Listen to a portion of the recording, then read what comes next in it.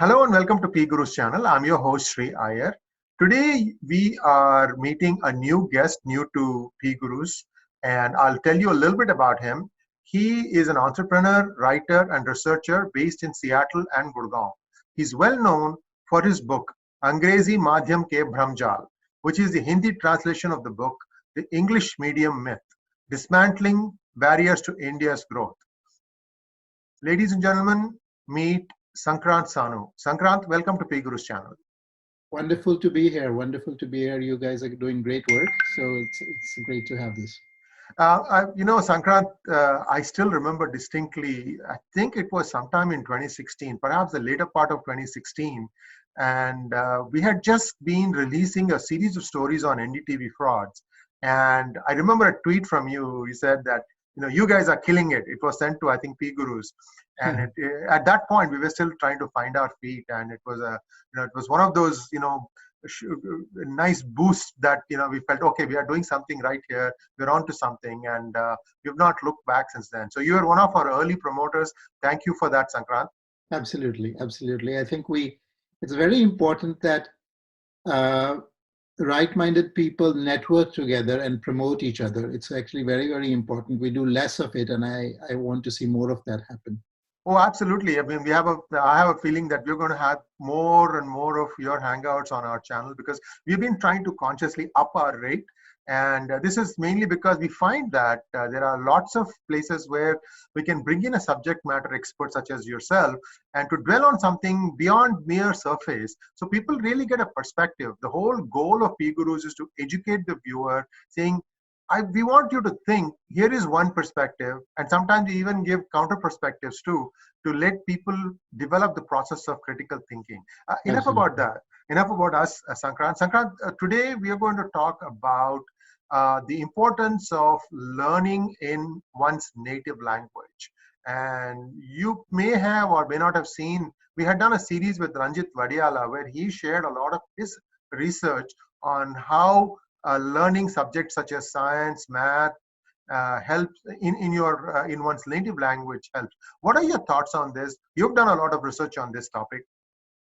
Well, I think it's absolutely right. All of the scientific research over 70 years, in fact, there is a UNESCO report from the 1950s, emphasizes that children learn best in their mother tongue, and the medium of education needs to be the mother tongue. So there's complete scientific data to back this. So which is why it is kind of crazy what's happening in India. What's happening in India is there's this mad rush to English. Recently, the Andhra Pradesh government announced that it's going to turn all of its primary schools, all of the government-run schools, to English medium from Telugu medium. Now, this is completely unscientific. It is not based on any scientific validation or data. There was a research that was done in Telugu itself. There was a research by the Indian School of Business, and they did a survey of students who studied in Telugu medium in Andhra and Telangana in grade 8, and they tested them for math and science. And according to the report, the math and science scores of the Telugu medium students were significantly higher than those who were studying in English medium. Yeah, and So that's it's the very phrase, important to note this word, significantly higher. It's not just a little bit. And not only that, many of the children who were in English medium schools were coming from more affluent families. So despite the fact that these children who were studying in Telugu medium were coming from underprivileged families, their math and science scores were higher. And math and science scores are especially math scores are a very good proxy for cognitive development. Yes. So what they're saying is that the children who were studying in Telugu medium had higher brain development than the children who were studying in English medium. So if you look at that and you look at the government policies that are continuously pushing English, and I mean, I don't want to pick on just Andhra, and this is really sad to see that BJP governments have done the same thing. In Uttarakhand, they've done the same thing. In UP also, 5,000 schools have been changed from Hindi medium to English medium, and it's complete insanity. There has to be a balance that has to be struck. There's nothing wrong in learning English or even French or Spanish as additional languages, and you can have advanced language courses also. Like, for example, in the United States, in your high school, you are encouraged to take 3 to 4 years of a foreign language. My kids studied Spanish and Latin, and well, they don't use much of it now, but it all comes back to you when you have to use it.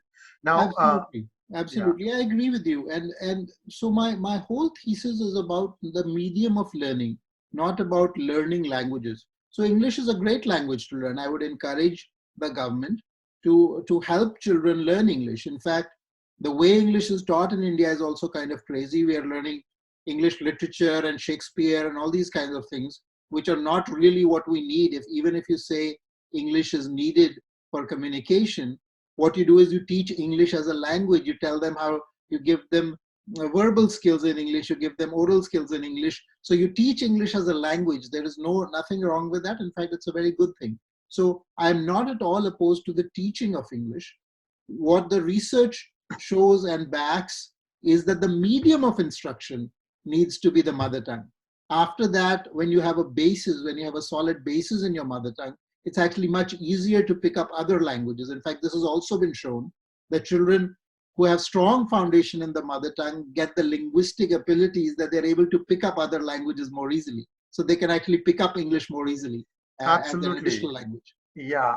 I may have one explanation for why the children from Telugu medium did significantly well in math and science. You see, sometime around the mid 70s, when I was still going to high school, the Telugu medium textbooks were of a significantly higher quality when they imparted subjects such as math and science than the English equivalents. So when I was studying what they called those days as intermediate, which is 11th and 12th grades, what we used to do, especially for calculus and other things, we would actually solve the problems from the Telugu textbook. Some of us couldn't understand Telugu. I was not. I could read and write Telugu.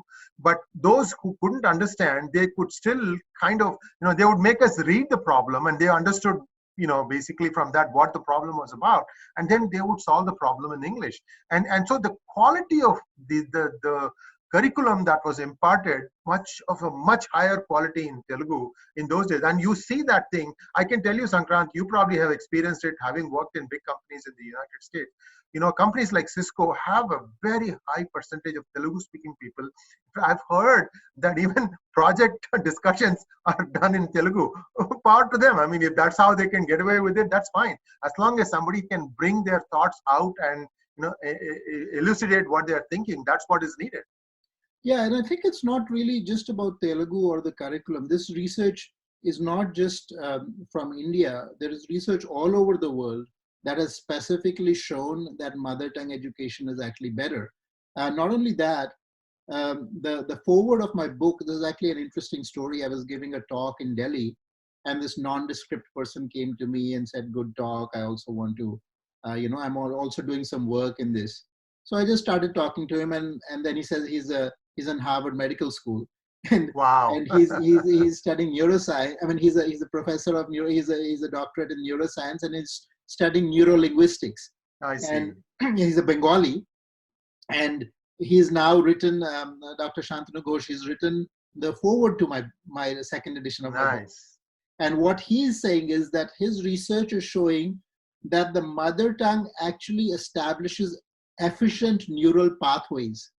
So learning in the mother tongue and absorption and retention of that matter happens at a much more efficient rate than if you were learning in another language. Now, as we've talked earlier, there is absolutely nothing wrong with learning additional languages. In fact, it's a good thing. But what happens is that when you, at an early age, you switch the child out of the mother tongue, you have a great cognitive dissonance. In fact, even I remember I went to English medium school, and I remember being in first grade, and really, even though I came from a middle class Indian family, and people in my family could speak English, I found this cognitive dissonance in the material that was what was being presented to me. And imagine the fate of the child in a village in Kanpur, near Kanpur, Right. and Right. what kind of I had a girl who came. I was actually interviewing people for my publication house Garuda in Kanpur, and I had somebody who had on a resume said she had studied in 10 years in English medium school. So I'd interviewed a programmer earlier, and the programmer I interviewed in Hindi because I couldn't care less how the programmer spoke English. So I interviewed Absolutely. the programmer Yeah. in Hindi, and he was good, and I hired him. And then this other girl who came, I was interviewing her for a secretarial position. And she would need to communicate in English as well because of the system in India. She would also need to write in English. So 10 years of English medium education. I told her, I gave her a scenario. I said, somebody has sent this complaint. You need to reply to them, do this email. In 10 minutes, she could not write one sentence of English properly, Wow. right? And I said, what is going on? Like, you've studied English medium. And then she tells me, sir, English medium तो होता है, लेकिन क्या है कि बच्चों को तो इंग्लिश नहीं आती और टीचर्स को भी थोड़ी सी आती है. तो इंग्लिश मीडियम के नाम पे वो पढ़ाते हिंदी में. So they're basically, you cannot teach a child. Imagine tomorrow I say your children are going to be educated in Chinese medium, right? All of your education, they're compulsorily going to be educated in Chinese medium. All higher education is only available in Chinese. How do you think your children are going to cope? Right? It's going to be difficult. So this is the same kind of situation we are putting children in. They have no background in the rural area in English, and the parents don't speak English, the families don't speak English. There is no way to learn English. Language is learned by immersion. And suddenly you catapult them into a class where the teacher is trying to speak to them in English and the teacher barely knows English themselves, right? It's an absurd situation. It's like the biggest human resource destruction. MHRD should rename itself as the Ministry of Human Resource Destruction. It's the biggest scale of human resource destruction you can imagine. And no country is doing this. In fact, all of the former colonies are trying to find a way out of English and go back into the mother tongue instruction because that's the only way to progress. Yeah, also we have to keep in mind that this will result in the death of the regional language. I just recently returned from Trinidad. There are three countries, adjacent countries, all of which have Indian origin population. They all moved 100 plus years ago. There are three countries, Trinidad and Tobago, Guyana, and Suriname. Now, in Trinidad and Tobago and in Guyana, they do not have Hindi as an official language, but in Suriname they do. So there is a lot of work that is getting done there. The children from Suriname can still speak, read, write Hindi because it's an official language. Now, but the children from Trinidad and Guyana aren't so lucky. In fact, in all these countries, it's 40% or thereabouts is the Indian population as a percentage. So it's a significantly high number, and I think we have to figure out a way, a balance that would make sure that the child has the best chance to learn the subjects, and at the same time the child can also communicate to the outside world. Yeah, so if you look at, I mean, there are so many examples like that. Firstly, if you talk about communication, pretty much all of, in fact, my book has this table which looks at the top 20 countries in GDP per capita and the bottom 20 countries in GDP per capita. And what I find is, and I exclude the very small countries, less than 5 million population, just so that there is some, reasonable number. So what I find is that every single country which is developed, which has a high GDP per capita, is teaching children in their mother tongue. And only 4 of these are English based. All the other ones are not. So if you look at Japan, if you look at South Korea, if you look at Israel, all of these countries are teaching children in their own language, and they are very highly developed technical societies. In fact, China has invested a huge amount in Chinese language translation. All of the higher technical education even is in Chinese medium, and China is today exceeding US in artificial intelligence patent filings. In fact, the US is really worried about the kind of technical leadership China is taking, and all of their work they're doing is in Chinese. So the thought that you somehow, it is an essential thing, without English you can't do it, is absolutely false, because all of the societies, in fact, that are investing in their own languages are the ones that are making progress. The second thing that's going to happen, really important, which was not true 70 years ago when we are looking at the Constitution, is that in 10 years, you will be able to go to Japan, you will be able to speak in Hindi, and they will hear Japanese. Yes, right? real-time And they will translation speak of Japanese and you will hear Hindi. It's right, going right. to happen. Real-time So it's already translation. there. The gadgets Yeah, are already there, right, right? right. So within 10 years, this technology is going to be perfected. You will not need a word of English even for tourism across the world. Correct, correct. So I think there's another implicit thing that you mentioned here. Why the Chinese use the Chinese to do higher language, higher technical learning. It also acts like a moat Yes. because it's going to be difficult for others to understand what it's even written. In fact, there was a report. I think it was in the might be the Financial Times of London. There was a report which said that Western countries are having a much harder time infiltrating other countries in which the medium that is being used in non-Western languages, not English or one of the European languages, because even from like imagine, the WikiLeaks happened. When Right, WikiLeaks happened for the US, everything was analyzed. Now WikiLeaks also got a huge cache of Saudi Arabian documents, but right, far less attention was put on that because you need all the Arabic readers to actually interpret those documents, read it, right? right. Similarly, you have the Chinese are infiltrating US networks, but far fewer US people are infiltrating Chinese networks. So True, it's a true. big significant moat. In fact, India should completely use for all its defense communication, it should be using Hindi. In fact, they already do. In this particular case, I'm saying Hindi because the army actually already uses Hindi in as the common language. But overall, I actually don't recommend Hindi at all. And Hmm. we can speak about what my recommendation is. Yeah. So, just as an aside, one of the things after the runaway success of the movie Uri, people were, wondering why is it that they are trying to, keep saying Jai Hind for every little thing. Turns out that in the Indian Army as well as all the other armed forces, wherever you use things like, dismiss, where you're telling the other person that we are done with the discussion, it ends with Jai Hind. That's that's how they have done it. So it's not as if the actors are putting on some jingoistic phrases. But it was interesting when people are asking me that, why are they saying Jai Hind at the drop of a hat? It's essentially how they are communicating. There's nothing wrong in that. It was a true portrayal of how army works in India. Absolutely. So in army, a lot of the communication between the officers and the jawans, irrespective of where you are from, happens in Hindi.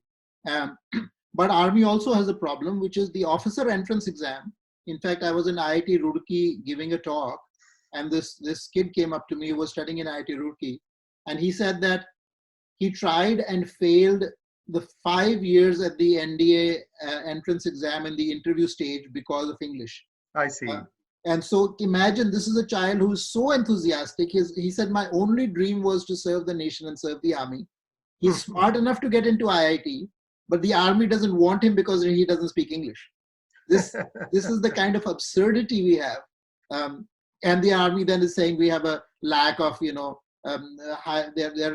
have problems in hiring in officer level and all this kind of stuff going on. So this absurdity is really, it's really corrosive for India. And I can also talk about why we got to this situation where, UP is turning 5,000 schools to English medium.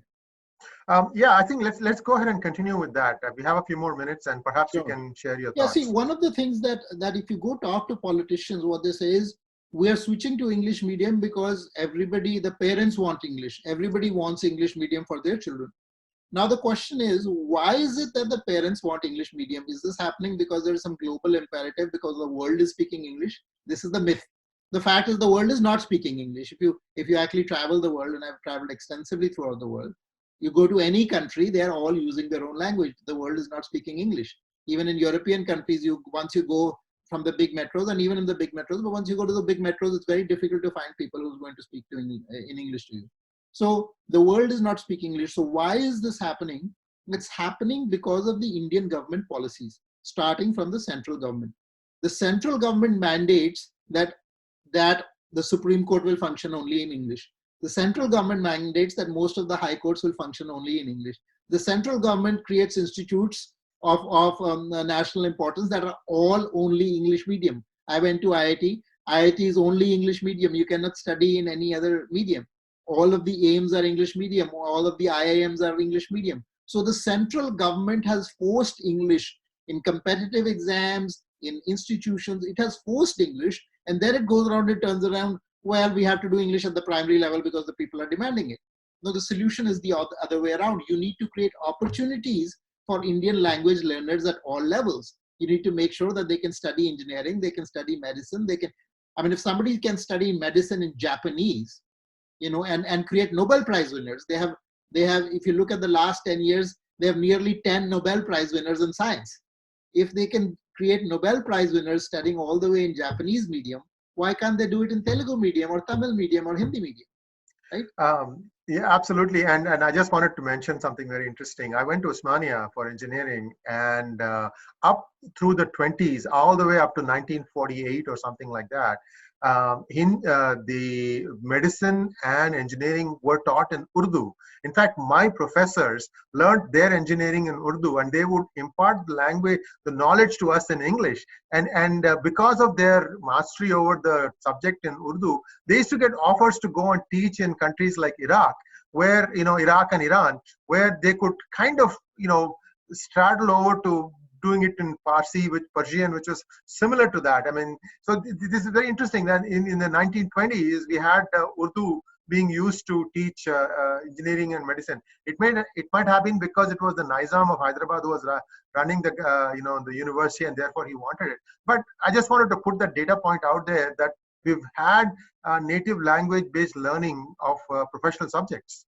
Absolutely, it's been true. In fact, the absurdity is that today you cannot even study Ayurveda in India. You have to do it in English. Oh yes. Right? Even though the original texts are in Sanskrit, the students. So what you do is you've created a barrier. You might have a person from a traditional Vaid family who has all the knowledge of Ayurveda, and you say unless you know English, you are not competent to get a degree. I mean, the kind of absurdity we have created and the kind of destruction of talent we make people feel inferior. We make people feel bad. I was in a village. I went actually and took IQ tests. This is an interesting story we can maybe end with. I went and took IQ tests, and I was going through villages. I went to Haryana, I went to Uttarakhand, and I went to Rajasthan. And I went to all these village schools, and I was giving IQ tests. I wanted to create a school of talented children in India. So I went to this one village, and it was actually accidental. The driver who was taking me around saying, "Ki saab, aap sab jagah ja rahe ho, hamare gaon to gaye nahi."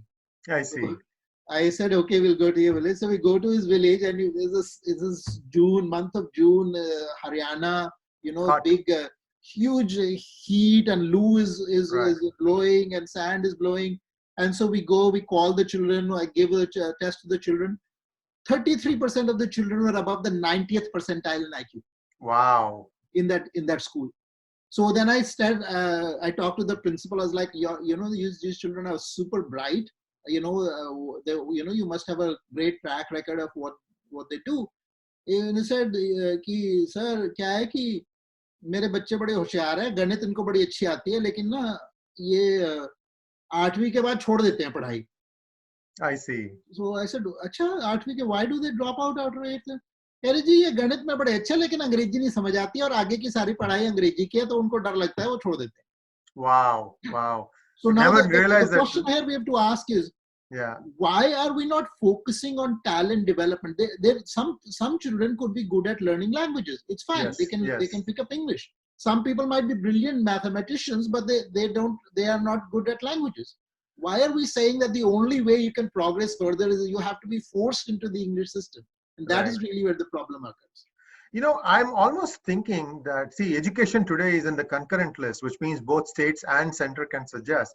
I'm wondering if center has to come up with a very good policy for the pan India, where they have all these things mixed and say that we need to do this, and it is mandatory to do it this way.